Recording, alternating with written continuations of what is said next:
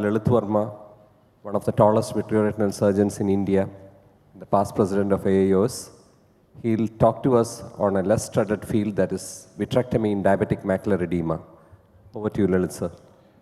Thank you for including me into this wonderful program on surgical retina.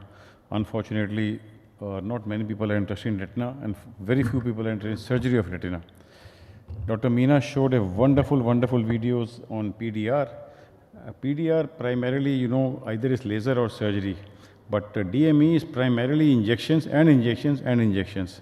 So where to fit in surgery, I'll just try to, talk about it.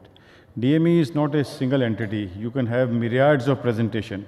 So you can't have a single approach in management of DME. And there are multifactorial, issues here. Hyperglycemia, hypertension, lipid profile, litazone, sleep apnea. So many factors are involved in DME. So management today, diagnosis is not very difficult at all. And previous terminology based on thickening has been overruled by terminology from OCT. And as first contact of patient, I always will do an FA or OCTA and an OCT. You see, and parameters to be considered once you are managing DME is always three factors together. That is vision in combination with FA picture in combination with OCT. Why FA? Because FA will tell you a huge amount of findings which will include CNP areas, neovascularization which have not been discovered, plus also focal leaks. The role of OCT, apart from categorizing various types of edema, cystic or in IRF and SRF, most important role of OCT is to rule out tractional DME, because these are the patients who may not respond to all these injections.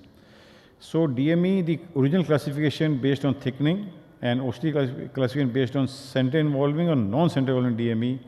What I like to do is take the best of all these things and classify into tractional DME, and tractional DME could be without vision loss or with vision loss. Then non-tractional DME could be again center involving or non-center involving. The reason I am categorizing it, because non-center involving means you have to do laser, whereas it's center involving, you have to depend on pharmacotherapy. Then there could be issues of combined, where you have tractional plus other factors playing a part. So if there is a tractional DME based on the OCT findings and your examination, this could be, as I said, without vision loss. If it is without vision loss, the best thing is observation. Do not unnecessarily go inside and remove membranes. So this is a classic example. This lady I am following up for last more than 8 years now, one-eyed lady, maintaining good vision, although she has traction, but predominant traction is on the nasal side. Please do not go inside and do vitreous surgery in such patients. Whereas if it is tractional with vision loss, then the answer is surgery. MIVS has made the job much easier. However, sometimes you can, do 1 or 2 injections in these patients, like I did in this patient. This patient is a diabetic, has this kind of edema, and Dr. Mahesh showed wonderful videos of VMT. So in this patient, what happened was a spontaneous VMT, or which was aided by injection. You see, any injection in the vitreous cavity has the propensity to lift off this hyaloid phase. So this is what happened in this patient. Intravitreal injection was given of Razumab, and this patient had a foveal contour. So I'm not saying that all tractional patient but 1 or 2 injections you can try. You may be lucky that you may have this result. But tractional DME with visual loss, believe me, general answer is surgery. And surgery in today's time is very, very simple MIVS surgery. Not like the complex surgery which Dr. Meena showed. Here we do a core vitrectomy, which is followed by engagement of the hyaloid, which is very nicely visible with the help of tricot, what Mahesh also showed very nicely. And once you have engaged this hyaloid, after that you can increase this suction of this. And you see, this is the macula of this patient after you have removed the hyaloid.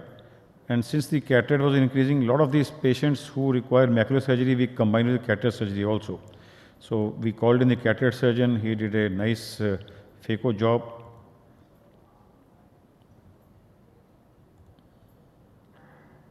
Once the lens was out and IL was placed inside, then what I did was, tricot had already been done. We stained this membrane. I am very fond of staining these membranes because staining adds precision to your dissection. So under air, I will put 1 drop of trypan blue which will nicely stain the epiretinal membrane. And then take this 25 gauge MVR blade, which is slightly old, not a very sharp MVR blade, because this will act like a small pick. And then you identify this membrane, lift the edge, and then this can be completed with the help of Eckhart forceps or any end opening forceps. And since the macula was not looking very good, I injected a third dye also, that is the BBG dye now, which then this is the ILM membrane which has been stained here, and then peeled the ILM also. So both the three dyes were used, Tricot, the Trypan Blue as well as the BBG. This was the end of surgery. The tamponade was only air. We didn't use any SF6, we didn't use any C3F8 in this patient. So this was the end of the surgery. And this was the result of this patient. You see pre-operatively it was like this, and then it is post-operatively. Foveal contour may take some time to recover. This is another example of DME which is combined detachment. Here we have a tractional DME plus a reg RD added to it. So this was the result of this surgery after the surgery. This was the post-op picture. Above is the post-op OCT and below is the pre-operative OCT showing a combined detachment. So thus to conclude, this is what I spoke about the tractional DME. So even in non-tractional center volume DME, where the hallmark is basically anti-VEGF injections or steroids or laser or combination. So this is the main treatment. But there could be some recalcitrant patients, say around 5 to 10%, who will not respond to either of them. So in such situations, once you are fed up of trying all this, you could consider doing MIVS. Because literature says that several studies have shown the benefit of MIVS not only in eyes with traction, but also in eyes without traction. Although the visual results in patients without traction are much, much less compared to with traction. So, ladies and gentlemen, diabetic retinopathy or DME is today not only injections.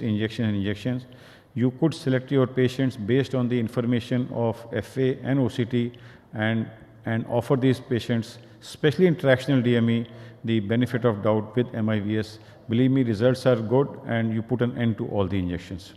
So this is the last slide where I said tractional DME, answer is PPV, but even in non-tractional DME, after you have exhausted all possibilities and ruled out everything, you could consider PPV or in a combined detachment. Thank you very much for this opportunity. Thank you, sir, for that very nice talk.